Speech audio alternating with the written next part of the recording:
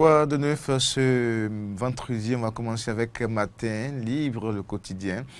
Matin Libre qui donc affiche ce vendredi non tenue du Conseil des ministres sous la rupture, pas de délégation du pouvoir.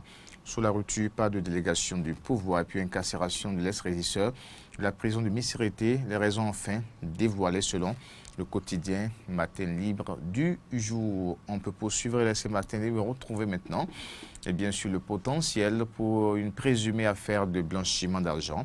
Le milliardaire Yeto Séraphin, alias Yovo, mis aux arrêts, le PDG de Sonimès-Sal est en garde à vue à la BEF depuis mercredi. L'homme d'affaires sera présenté au procureur spécial de la Criette ce matin. Le potentiel donc, qui nous apporte l'information d'ailleurs. Le même quotidien titre également à propos d'autres sujets. Exploitation agricole à Agbanou dans l'ADA, un investisseur bloqué par des intrigues d'un chef d'arrondissement. Le potentiel, et bien sûr, on en a parlé. Après la montée des eaux à Grand Popo, le gouvernement assiste les sinistrés, les bras chargés. Le potentiel, toujours.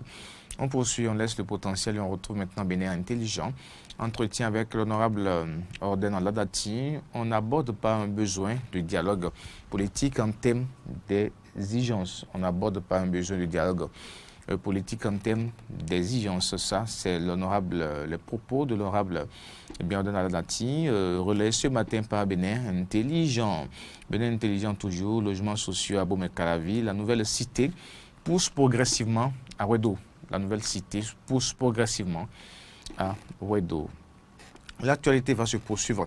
La revue des titres, cette fois-ci, on retrouve Nord Bénin Info. Nord Bénin Info qui donc nous parle bien sûr de quelques mauvaises pratiques dans la cité, des coups bourreaux, occupation des voies secondaires pour cause festive. Le phénomène à la peau dure à Parakou.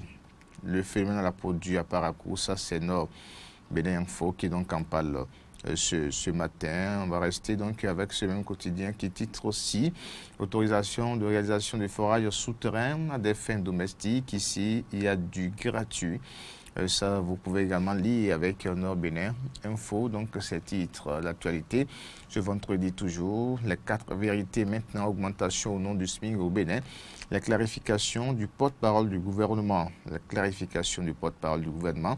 Examen de fin d'année au Bénin, les résultats du CEP le 30 juin, le BEPC dans 2 semaines, le bac dans 4 semaines, le rendez-vous donc de l'annonce des résultats ou de la proclamation des résultats et bien sûr de ces examens de fin d'année, mais le cas de vérité annonce des jours, des dates, les résultats du CEP pour le 30 juin, le BPC dans 2 semaines, le bac dans 4 semaines.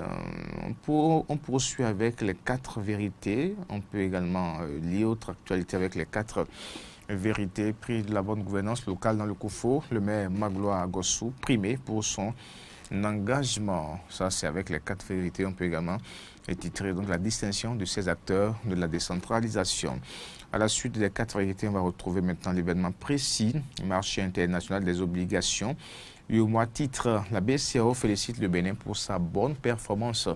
Le leadership de Wadaï salué. Le leadership de Wadaï salué. On va rester avec l'événement précis également qui poursuit et qui est bien sûr après les incidents malheureux aux dernières élections. Tiaourou engage la réconciliation de tous ses fils. Voilà donc une autre information de quoi donc bien sûr amener et rassurer la paix dans ces régions du Bénin.